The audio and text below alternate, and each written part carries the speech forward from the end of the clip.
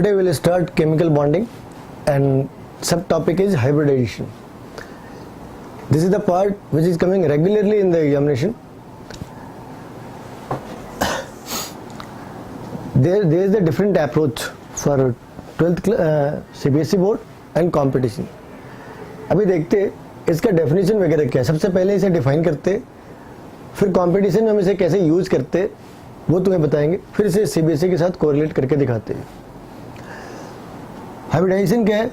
It is phenomenon of, it is process of intermixing of, it is process of intermixing of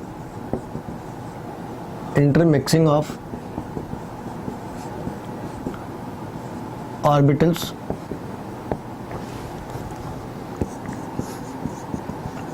having similar energy to give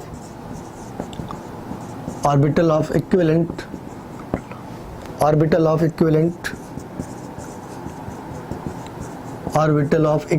energy. ये इसकी definition है. और उसके पहले it's a hypothesis only.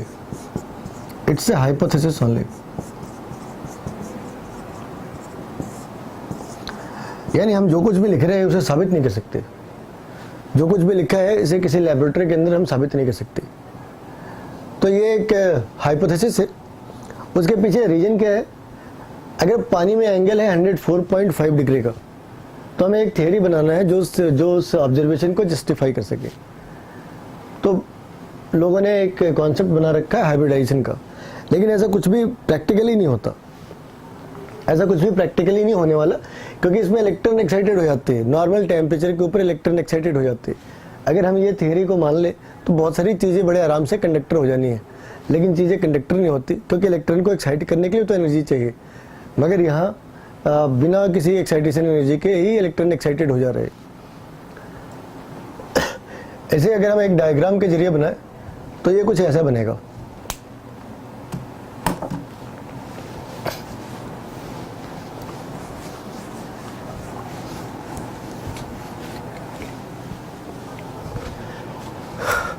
मान लो हमने एक रेड पेंट लिया और इसे व्हाइट पेंट के साथ मिक्स कर दिया. क्या बन जाना है? पिंक. अब पिंक ना तो रेड है ना ही वाइट है, लेकिन पिंक में रेड के कैरेक्टर भी है और वाइट के कैरेक्टर भी है. हाइब्रिडाइजेशन ऐसा ही है. इसे इस कॉन्सेप्ट में देखते हैं. ये हमारा s ऑर्बिटल है, ये हमारे p ऑर्बिटल्स है. हमने 3 ऑर्बिटल्स ले रखे. Let it be 3s 3px 3py. ये 3 ऑर्बिटल्स हैं. इनकी एनर्जी लगभग बराबर है. ठीक है, इनकी एनर्जी लगभग बराबर है. हम जब इसे कंबाइन करते तो 3 ऑर्बिटल्स कंबाइन होते तो 3 हाइब्रिड ऑर्बिटल जनरेट होने हैं. ये 3 प्योर ऑर्बिटल्स हैं और ये 3 हाइब्रिड ऑर्बिटल्स देने हैं.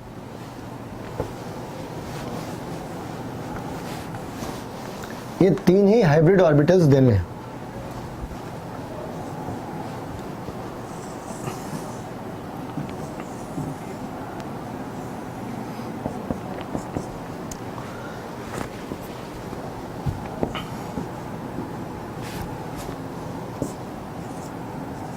यह है हाइब्रिडाइजेशन. वहां पे 3 ऑर्बिटल्स कंबाइन कर रहे थे, यहाँ पे 3 हाइब्रिड ऑर्बिटल्स जनरेट होते हैं. और हर एक का नाम क्या होगा? कितने एस हैं? एक एस है और 2 पी है. तो इन सबके नाम क्या हो जाने हैं? sp2 sp2 sp2. अब हमें कोरिलेट करना है कि इसमें एस के कैरेक्टर भी है और पी के कैरेक्टर भी है. ये स्फेरिकल है, मगर यहाँ तो कोई स्फेयर नहीं है. लेकिन फर्क है, यहाँ पे मेजर एक्सिस और माइनर एक्सिस के बीच में डिफरेंस कम है, जबकि यहाँ पे ज़्यादा था. ये जो पी का लॉब है, now it is becoming more और मोर स्फेरिकल. तो इसका कैरेक्टर ये है कि यहाँ पे इसके मेजर एक्सिस और माइनर एक्सिस के बीच का डिफरेंस कम होता जा रहा. और पी का कैरेक्टर क्या है? पी का कैरेक्टर है कि इसके डबल डम्बल है, एक यहाँ पे और एक यहाँ पे, 2 लॉब्स है, जबकि एस के अंदर सिर्फ एस के अंदर कोई लॉब ही नहीं था, स्फेरिकल था। तो ये जो ऑर्बिटल है इसमें इसके कैरेक्टर भी है, इसमें इसके कैरेक्टर भी है, लेकिन ये ना तो एग्जैक्टली इसके जैसे है ना एग्जैक्टली इसके जैसे है। ये टर्म है हाइब्रिडाइजेशन। जब हम सीबीएसई में पढ़ते तो क्या देखते वो भी देखो।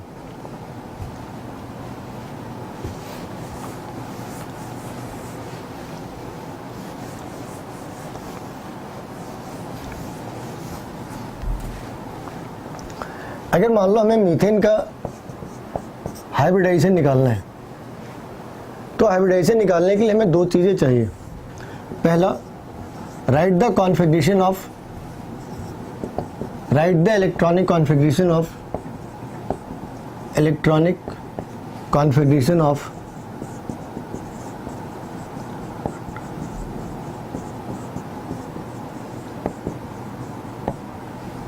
Central atom, arrange the half-filled orbitals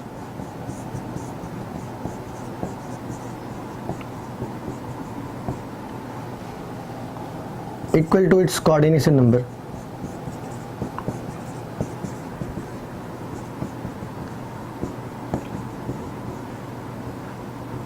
equal to its coordination number. तो 2 काम करना है।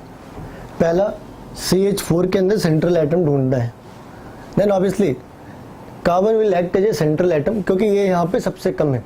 जो सबसे कम हो वो सेंट्रल एटम होता, या अगर दोनों ही बराबर है तो जो भारी होगा which will have the higher atomic mass that can be considered as central atom.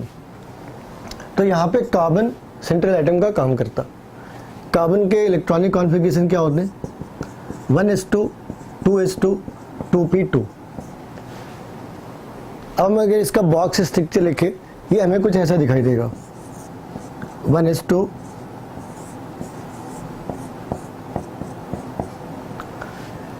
ये इसके बॉक्स स्ट्रक्चर है। इसमें कार्बन का कोऑर्डिनेशन नंबर है 4। सेंट्रल एटम इज कार्बन,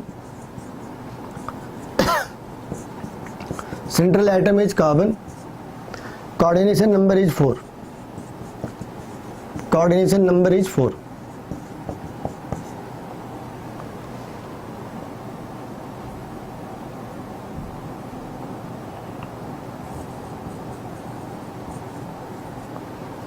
यानी हमें 4 half filled orbitals find out करने हैं। अब अगर यहाँ पे है तो वेल एंड गुड, अगर नहीं है तो हमें जनरेट करना होगा। जनरेट करने के लिए हमारे पास बड़े सारे ऑप्शंस होते हैं। पहला, हम इसके बाद के सेल को इस्तेमाल कर सकते हैं, लेकिन यहाँ पे उसकी ज़रूरत नहीं होगी। कितने 2 बॉक्स हमारे पास है और हमें और कितने बॉक्स चाहिए थे? 2। क्या कर सकते हैं? इस इलेक्ट्रॉन को एक्साइटेड कर दिया यहाँ पे। अब ये कॉन्फ़िगरेशन हमें कैसा दिखेगा? ये कॉन्फ़िगरेशन हमें ऐसा दिखेगा। अब ठीक है, हमें 4 बॉक्स चाहिए थे हाफ फिल्ड, अब हमारे पास 4 बॉक्स है half filled. Now hydrogen will occupy these orbitals with the opposite spin, और ये बन गया CH4। क्या हाइब्रिडाइजेशन हो रहा है? कौन से ऑर्बिटल्स हैं जो इस्तेमाल हो रहे? एक S और 3 P। तो इसका हाइब्रिडाइजेशन होना है sp3।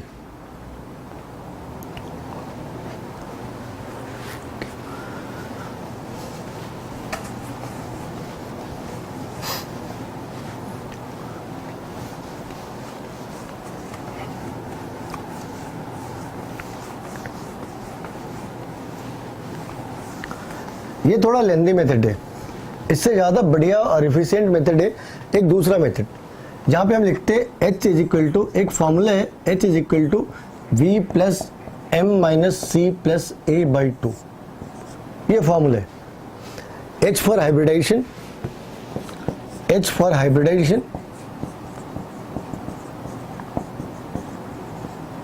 V for valence electron, valence electron of central atom,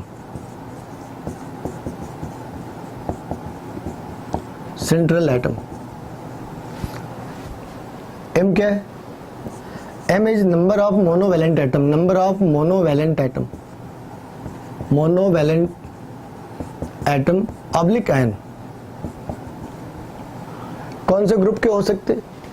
monovalent कौन से होते? जिनके ऊपर या तो पॉजिटिव 1 या फिर नेगेटिव 1 चार्ज हो। हमारे पास दो ग्रुप है जो बड़े ही इफेक्टिवली ये काम कर सकते हैं, एक ग्रुप 1 और दूसरा group 17।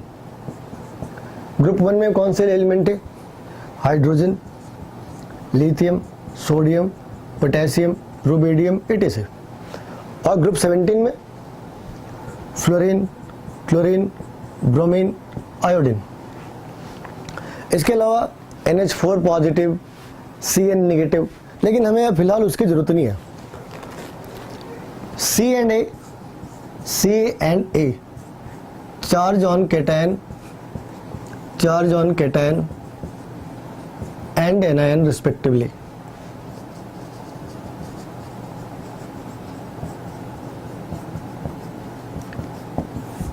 Charge on cation and anion respectively. अब देखोगे तुम इसे सॉल्व के इसका यूज कैसे करना है।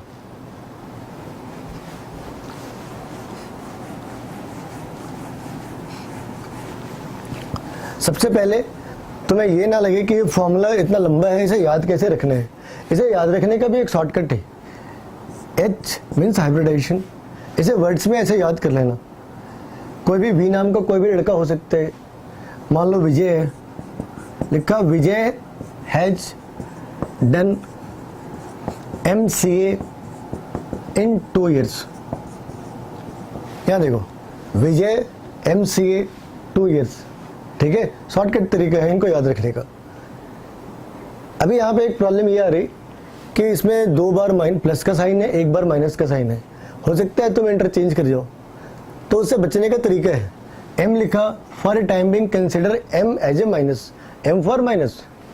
ये एक्चुअल मीनिंग नहीं है, याद रखने का एक तरीका है M फॉर माइनस। अब ये फॉर्मूला तुम्हें याद रहना है। इसके बाद एक टेबल आता है, वो टेबल हम ड्रॉ कर रहे हैं। टेबल के साथ हम तुम्हें सॉल्व करके दिखाएंगे कि ये चीजें सॉल्व कैसे होती।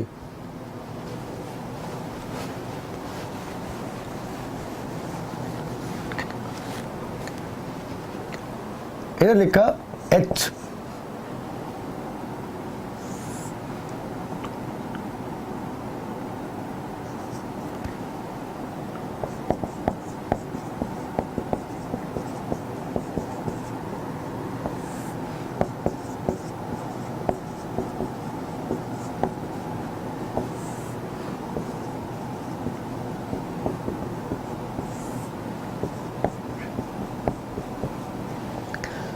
ये एक टेबल है जो तुम्हें थोड़ा ध्यान रखना है।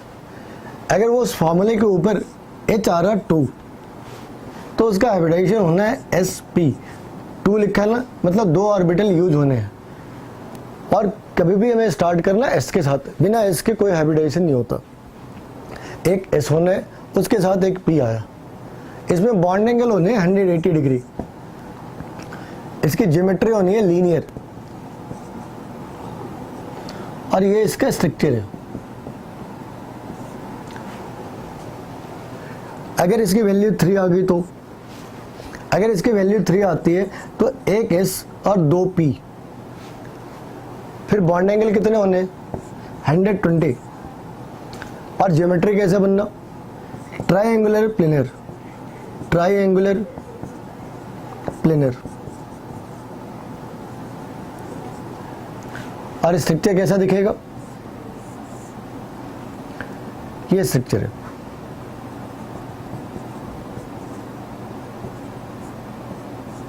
ये बॉन्ड एंगल आना है कितने का? 120 डिग्री। अगर ये 4 आया तो, 4 आया तो हाइब्रिडाइजेशन होनी है sp3। यहाँ पे एक हाइब्रिडाइजेशन dsp2 भी हो सकते हैं, मगर वो ट्रांजिशन एलिमेंट के लिए, उसे हम 12th क्लास में पढ़ने वाले। 4sp3। बॉन्ड एंगल कितने आने हैं? 109.28।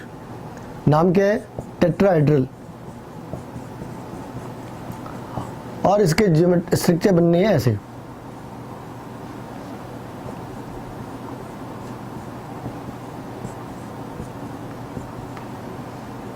और ये है बॉन्ड एंगल 109.28। और अगर ये 5 आ गया तो अब यहाँ पे P में 3 से ज़्यादा तो हो नहीं सकते। 2 था, हमने SP लिखा, 3 आया SP2 लिखा, 4 आने से SP3 लिखा, 5 आने से अब इसमें P तो बचे नहीं, तो हम एक D इस्तेमाल करते हैं, SP3D। इसमें 2 बॉन्ड एंगल बनने हैं, एक 90 का, एक 120 डिग्री का, और इसका नाम होना है triangular bi pyramidal. Triangular bi pyramidal, bi pyramidal. और ये बनना है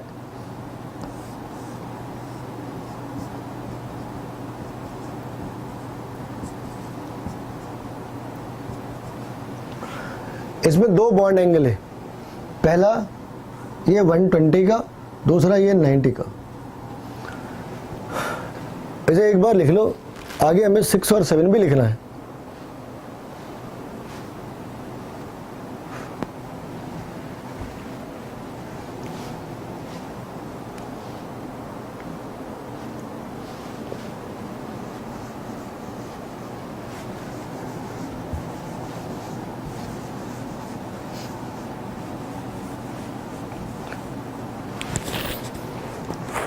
अगर ये 6 आते तो अब क्या होने भाई, S हमने ले लिया, P मैक्सिमम पे ले रखा है, D 2 कर देते हैं, 3 + 2 + 1 ये 6 हो गए। बॉन्ड एंगल कितने आने हैं, सारे बॉन्ड एंगल 90 डिग्री आने हैं। नाम क्या है, ऑक्टाहेड्रल, ऑक्टाहेड्रल। और इसके ज्योमेट्री बननी है ऐसे,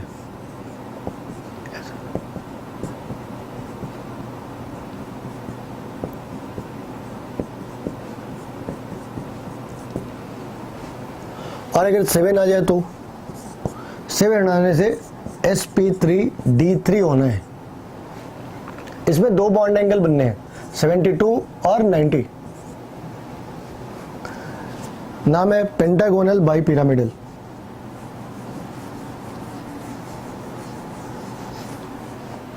नाम है pentagonal bi pyramidal.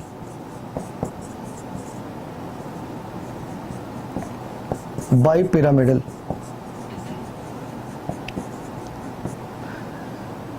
Draw a pentagon and have 2 planes. This is 90 degree and remaining angles 72 degree. इसे ड्रॉ कर लो।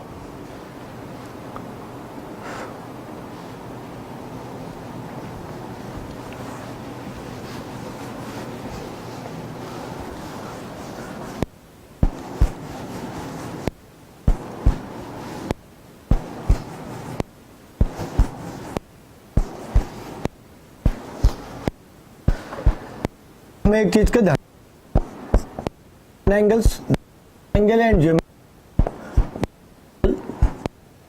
And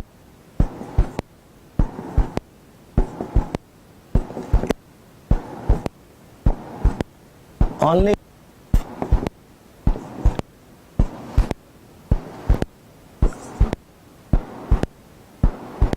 one pair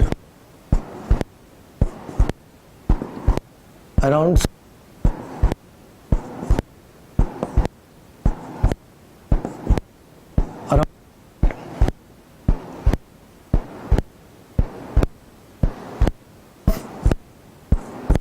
regions of in pair and geometry bond geometry started.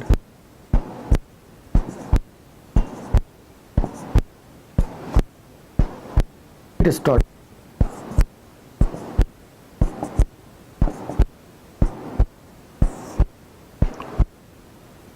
तो हुए हमें के अंदर बॉन्ड एटम के चारों, तो वो जो था वो बॉन्ड लोन, वही बॉन्ड स्ट्रक्चर होता। अब इसमें बॉन्ड लोन पेयर है, हम तुम्हें बता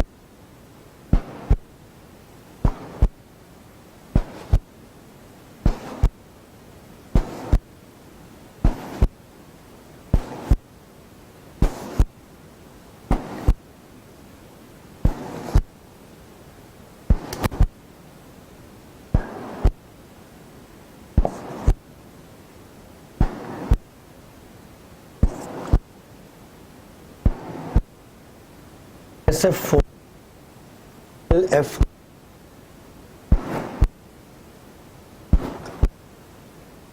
will start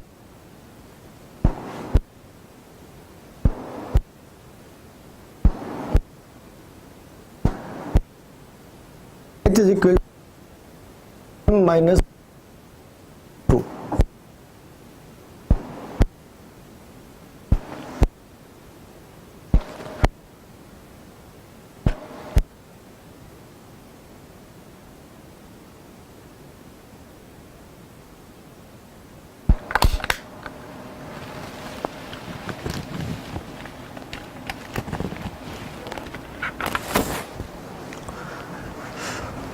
इस केस में बोरोन के चारों तरफ इलेक्ट्रॉन कितने, वैलेंस इलेक्ट्रॉन कितने हैं, 3।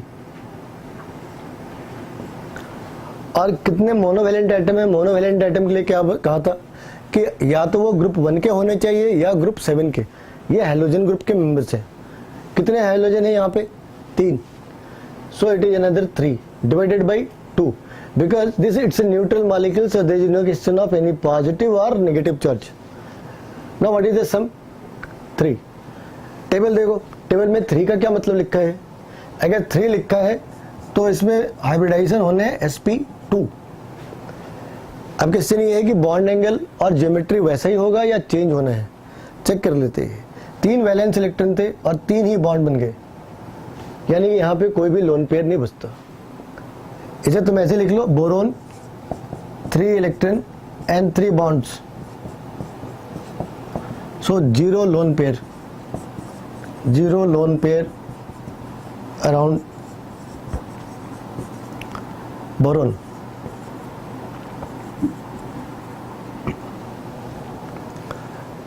सो bond angle is 120 degree. Structure कैसा होगा इसका, दिस इज BN3Cl, BCl3। कोई शक है, आगे देखो। ये 3 क्यों लिया, क्योंकि इसके वैलेंस इलेक्ट्रॉन थे। ये 3 क्यों लिया, क्योंकि 3 हैलोजन से। 2 क्यों करा, फॉर्मूले में है। इससे क्या बन जाता, 3। टेबल देखो, टेबल में 3 के अगेंस्ट लिखा है sp2। यहाँ पे एक बार चेक करते हैं कोई भी लोन पेयर है या नहीं है। 3 वैलेंस इलेक्ट्रॉन थे, 3 ही बॉन्ड बना, तो कोई भी लोन पेयर होने नहीं चाहिए। फिगर से क्लियर है, कोई भी लोन पेयर नहीं है। अगर लोन पेयर नहीं है तो बॉन्ड एंगल कितने होने चाहिए, sp2। और ज्योमेट्री कैसी होनी है, ये ज्योमेट्री है। दूसरा एग्जांपल NH3। NH3 में बॉन्ड एंगल, सेंट्रल एटम कौन सा है, नाइट्रोजन। क्यों, क्योंकि 3 हाइड्रोजन है और 1 नाइट्रोजन है, जो कम हो वो सेंट्रल एटम है। नाइट्रोजन में वैलेंस इलेक्ट्रॉन कितने हैं, 5। कितने हाइड्रोजन है, 3 डिवाइडेड बाई 2, आंसर इज 4। और ये बातें यहाँ से बिल्कुल क्लियर है कि 5 इलेक्ट्रॉन है और 3 ही बॉन्ड बनाए, यानी यहाँ तो वैलेंस इलेक्ट्रॉन, यहाँ तो लोन पेयर बचते हैं। होने चाहिए थे sp3, क्योंकि 4 के अगेंस्ट ही लिखा है sp3। अब एक बार चेक करते हैं, नाइट्रोजन इलेक्ट्रॉन कितने थे, 5। बॉन्ड कितने बने, 3। एक लोन पेयर बच गया, 1 lone pair. So as per expectations this should be the geometry.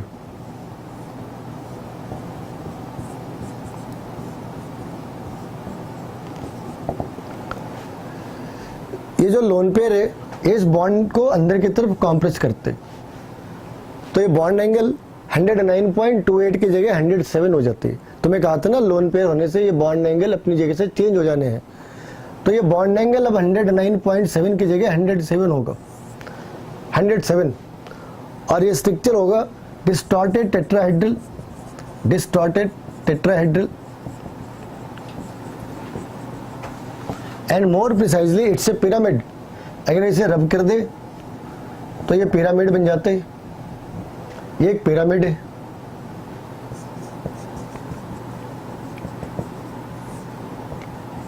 It's a pyramidal structure. ClF3,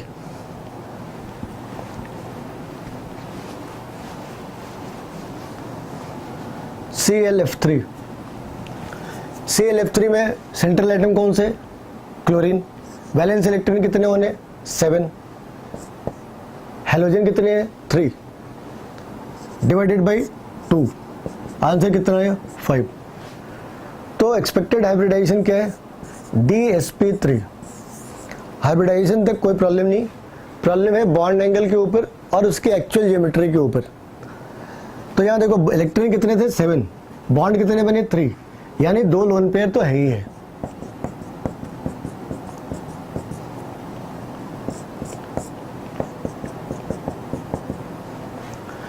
तो हम इसकी एक्सपेक्टेड ज्योमेट्री ड्रॉ करते हैं।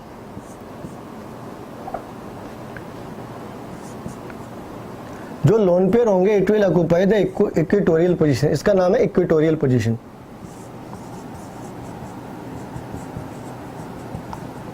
इक्वेटोरियल पोजीशन, और ये है एक्सियल पोजीशन। 3 फ्लोरीन थे, 3 फ्लोरीन डाल दिए, 2 जगह खाली था वहां पे 2 लोन पेयर डाल दिए। अब ये पूरा कंप्लीटली फिल्ड है। अब हम जब इसकी फोटो लेते हैं तो ये पार्ट हमें दिखेगा ही नहीं, हमें सिर्फ ये पार्ट दिखने हैं which will appear as T shift.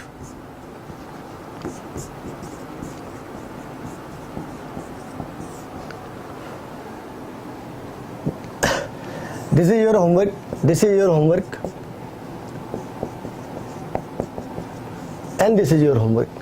In the next class, we'll find out what is the geometry, what is the structure of I3, XeOF2 and SF4.